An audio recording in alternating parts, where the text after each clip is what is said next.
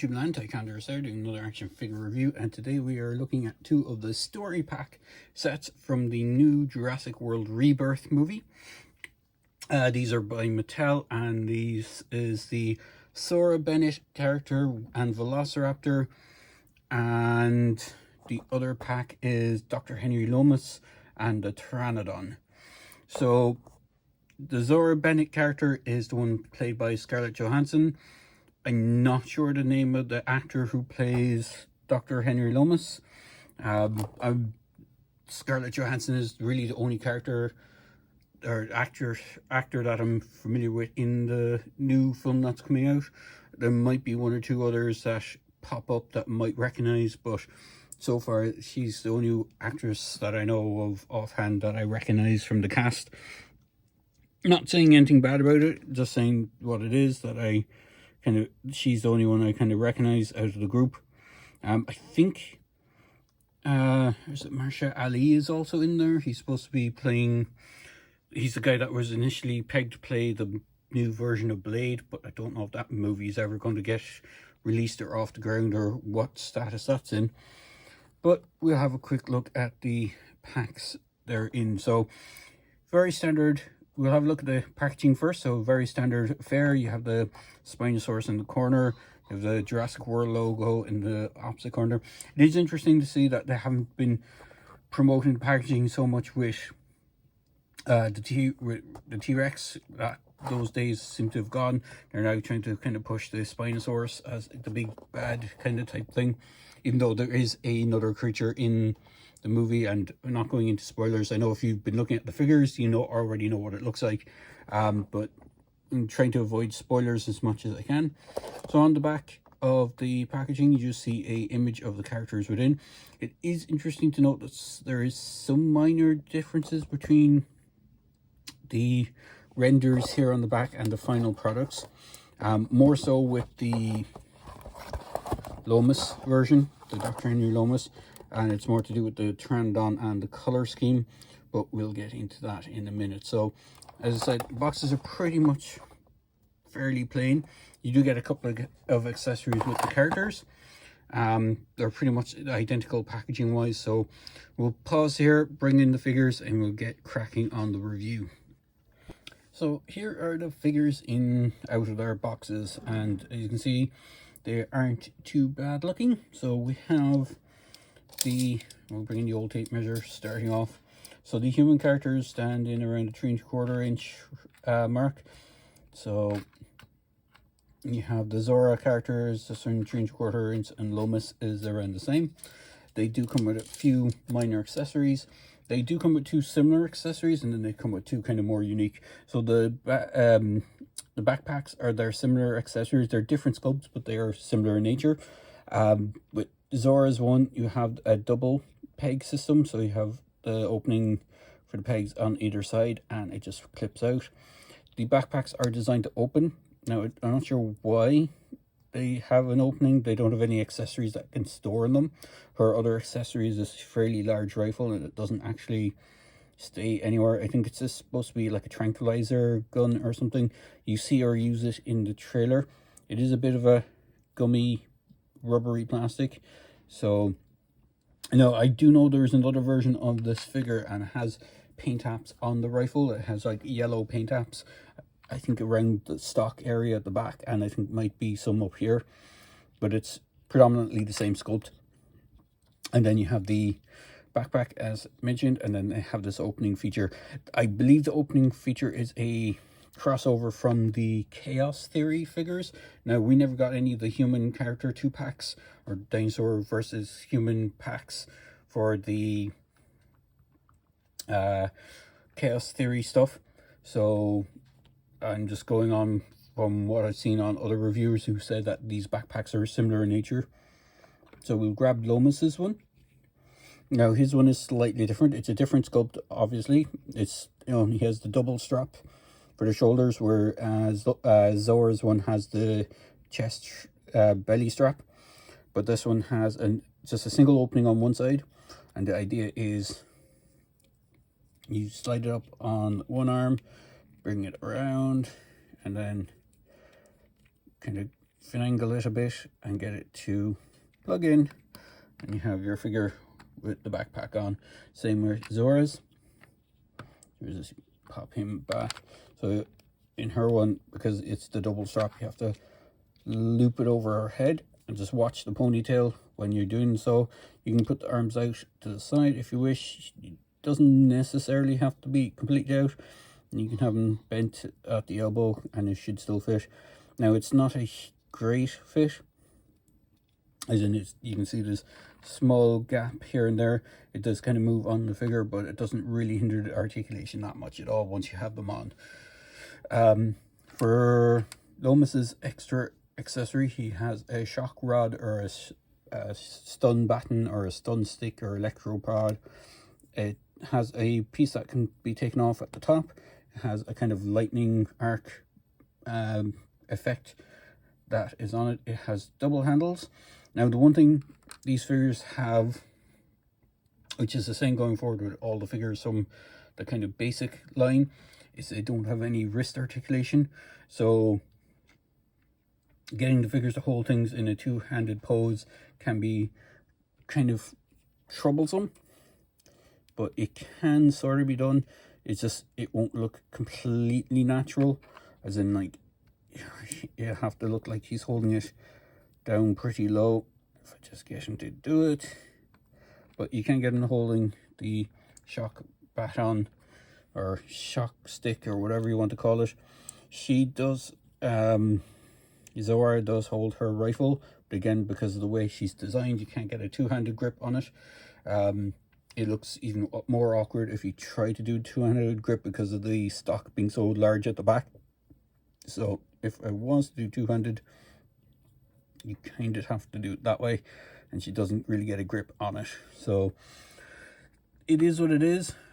So we'll run down the articulation. It is the same, pretty much the same premise for both figures. So we'll just do Zora's easier than the others.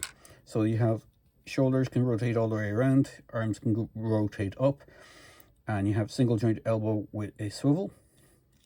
Heads are on a ball joint. Now, depending on the figure, you probably get more range of movement. Zora has a small bit of tilt, not too much up and down. She has waist swivel, splits that much. Forward on legs, which feel like they have a ratchet on them. Single jointed knees, so you can get in a seated position and you can swivel at the knee. So, and there's nothing in the ankle, and there is peg holes on the bottom of the feet. So she is fairly articulated, but she's not as super articulated as, say, the Hammond collection stuff. Now, unfortunately, I don't think I have one of my Hammond collection figures nearby, just so I can do a comparison of how much more articulation they have. But we will do a comparison in a little bit. So as I said, she has nothing on the wrists, so you don't get that extra articulation point for doing the two-handed poses with the rifle. Now, we will look at their dinosaurs in a bit, but we'll just go through Loomis's articulation quickly. Again, he has pretty much the same articulation. We'll just do a 360 with his sculpt, so you can see what he looks like. He has a, not soft goods, but a kind of more a rubber outer jacket on, kind of similar to what some of the old Grady figures would have had. And I'm sure there's other figures in the past that had this kind of jacket piece that goes on over the top. He's wearing a plaid shirt. He has a watch on his left hand. He can do the splits that much, just like Zora can. You do get the knee joint with the swivel. Again, he's wearing brown boots. He has peg holes on the bottom of the feet, and he has single jointed elbow with a swivel, and the arms can go up that much. Not as much as Zora. She can get better range of movement on her shoulders up, but you have the same thing. The interesting thing about the head sculpt on him is he has sculpted on glasses. So in the past, I actually have one of my Hammond collection figures. This is the Ian Malcolm, the Jurassic Park version Ian Malcolm, as opposed to Lost World version Ian Malcolm. But as you can see on him, he has a set of glasses that are glued in place, or that are attached to the head. They're a separate entity. On Loomis, they are a sculpted on piece. It is interesting that they've kind of flip-flopped every so often with characters wearing glasses. For example, the mercenary wearing the sunshades all use pretty much the same head and have had the glasses sculpted on, whereas some of the other characters like Ray Arnold, I think Dr. Wu, does Dr. Wu have glasses? I can't remember. Ray Arnold has glasses as well, and they're a separate piece, which is interesting to note as well. So they seem to change. Oh, and the Dennis Nedry has glasses as well, and those ones are a separate piece to the figure, I believe, as well. So across the board, they've kind of changed and flip-flopped on how they sculpted glasses on characters. I do like this method. It looks kind of good. There's no lens in the eye on the glasses, so it doesn't kind of obscure the eyes that much, and it has a really good kind of character likeness. The Scarlett Johansson character's likeness does kind of look like her from certain angles, but face on, I don't think it does. So you can be the judge of that if you want. Let's see if we can just get the camera to focus up on her. But yeah, so that is it for the human side of things. We'll go with the dinosaur side. So here is the Velociraptor that comes with the Zora set. I do believe it's the same Velociraptor comes with the Jeep set. There's a Jeep set that's on, but I'm not sure if it's out in the States already, but it's not out over here. But there is a Jeep set that comes with a Raptor, and I believe it is the exact same Raptor. They haven't changed it. What is interesting to note, if I can get one of my other Jurassic Park Raptors, the hands are fairly big and bulky on this one. So this is one of the Raptors. Can't remember which one set this came with. I've gotten so many, I've lost count which ones came with what. But you can see the hands are big on this and fairly thin and gnarly, whereas the hands on this one are very chunky. They seem kind of cartoon-esque, I suppose is the best way to put it. I do like the quills and the feathering on the back of the head. It reminds me of the male raptor from Jurassic Park 3. So, and I'm not sure if this, because again, I think it's supposed to be a different island compared to all the rest of them. It'll have its own kind of natural environment for the raptors, so they'll look different again, I would imagine. But the raptor has some simplistic articulation. And it also has the Dinofax app thing at the bottom. Let's see if I can pause it there if you want to see if you can scan it. I actually haven't scanned the ones on the two dinosaurs that came with this set. I just haven't been bothered to do so at the moment. But you get some nice sculpting on the chest section. You have some nice fading color fade for where the bottom jaw color fades into the belly. You do have just single rotation in the shoulders, nothing else in the elbows or wrists or anything like that.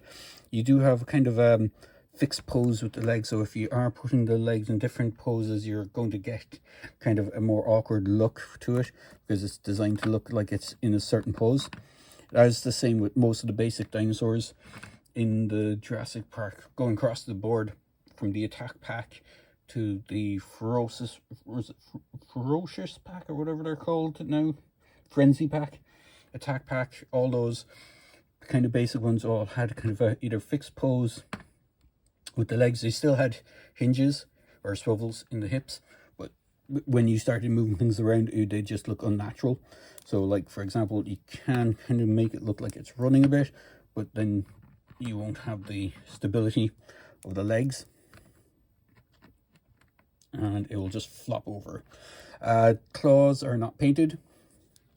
You do have a swivel with the tail, but I think that's more due to construction, the way they build these, because the body is like two halves that are glued together. So when the tail is on it, they don't kind of glue them in place. The head has the most articulation in the sense that it has a hinge, but you can also swivel that hinge. and then you have the jaw. I do like the head sculpt on this. It has a very, as I said, it does remind me a lot of the male raptor from Jurassic Park 3 from the Hammond collection line, and I think they did release it in a, they did it as that leaping one from the kind of Jurassic Park Legacy line. So it is a nice head sculpt. I do like the blue, the turquoise kind of blue, and the striping on it. So it does have some colours, and the kind of red eyes look pretty cool as well. So that brings us on to the last dinosaur. Technically it's a flying mammal, or flying reptile, sorry, which is the Pteranodon.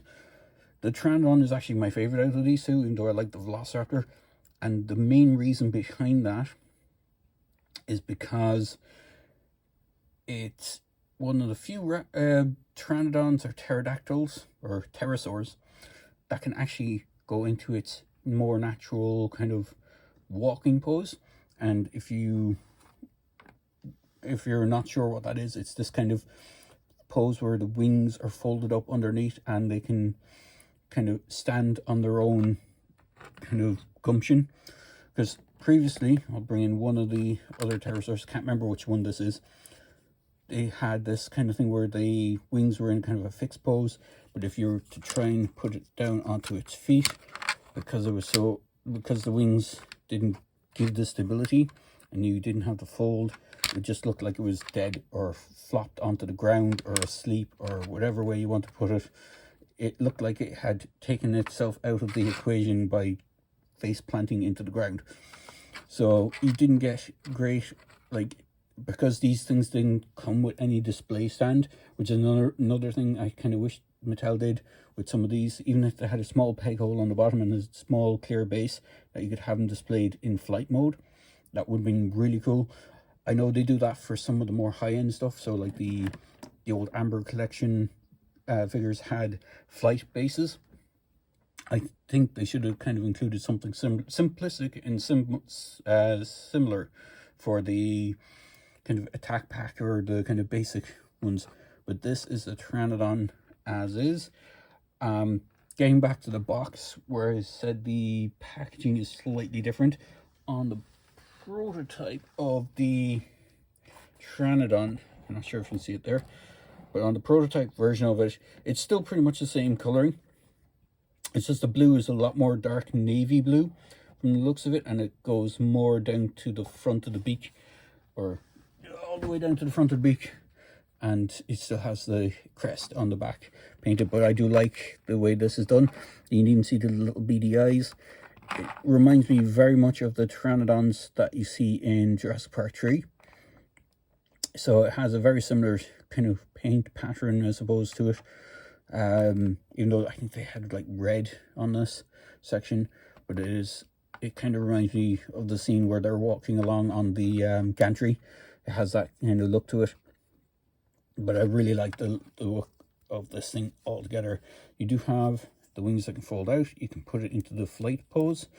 So now the only thing is, when you have it in the flight pose, the feet are flat, so you don't have angled feet, so it looks like it's naturally flying. But I can forgive that for the mere fact that you can actually get it into a more proper kind of standing or proper walking pose.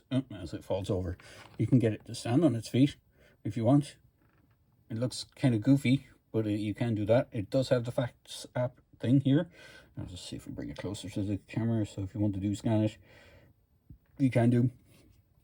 This one has quite a few bits of articulation, more so than the Raptor or the Velociraptor. So you have the same thing going on like with the Raptor, with the head and the swivel. On the hinge, you have opening mouth, and you have the little teeth inside, the little row of teeth on the top and the bottom of the jaw.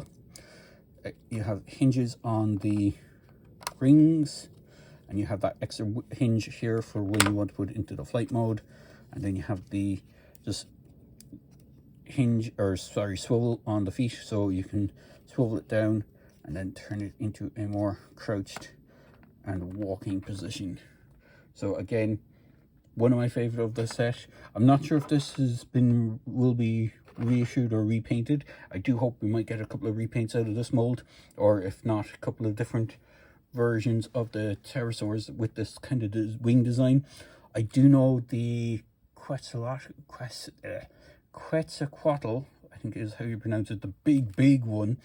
There is a version of that coming out. I haven't seen it in stores yet, but that does have this kind of ability as well to put it into that kind of walking on all fours kind of posing, which is pretty cool. So moving quickly along, I'll try and wrap this up as quickly as possible now. I do want to bring in some comparisons, so because I had them there earlier, we'll bring in the mercenary from the, well, that version of the mercenary is actually from one of the magnetic attack sets, because he doesn't have the paint taps on the chest. This is normally light green on the inner chest. We'll bring in some of the other female characters from across the board. In fact, most of them are actually all from the, is it Dominion line? I'm not sure if the Claire figure is from Dominion. I think she is. I'm pretty sure she's from the Dilophosaur set. And then we have older version Ellie Sattler from Dominion as well. So we'll bring in her. And pretty much across the board, they all have the same articulation for the most of it. You have like the swivels in the elbows with the joint in the elbow with the swivel. The same thing with the knees. Nothing in the ankles, nothing on the wrists. And then you have the heads on a ball joint. So you have pretty much all of them. So overall, they all look pretty cool. I do like this set. Even though I'm a big fan of Velociraptors, I do like Raptors, and I do like this one. I do hope we might get a Hammond Collection version of this one, because it would look pretty cool next to some of the other ones like Blue and all those. But I do like the Pteranodon set. It is really cool. If you're a fan of pterosaurs and you've been waiting for Mattel to do a kind of crouch pose on all fours one, this is definitely one to pick up. So there you go, guys. I hope you enjoyed this video review of the Zora and Dr. Loomis story packs, I think they're called. I believe that's their name. There is a couple of other story packs that are coming out.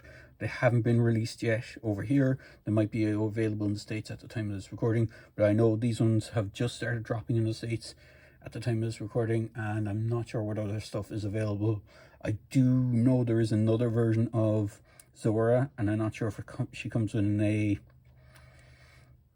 kind of a big set, like a, you know, Target exclusive sort of thing, or a store exclusive in the States. The only human character ones we have over here in Ireland are these two at the moment.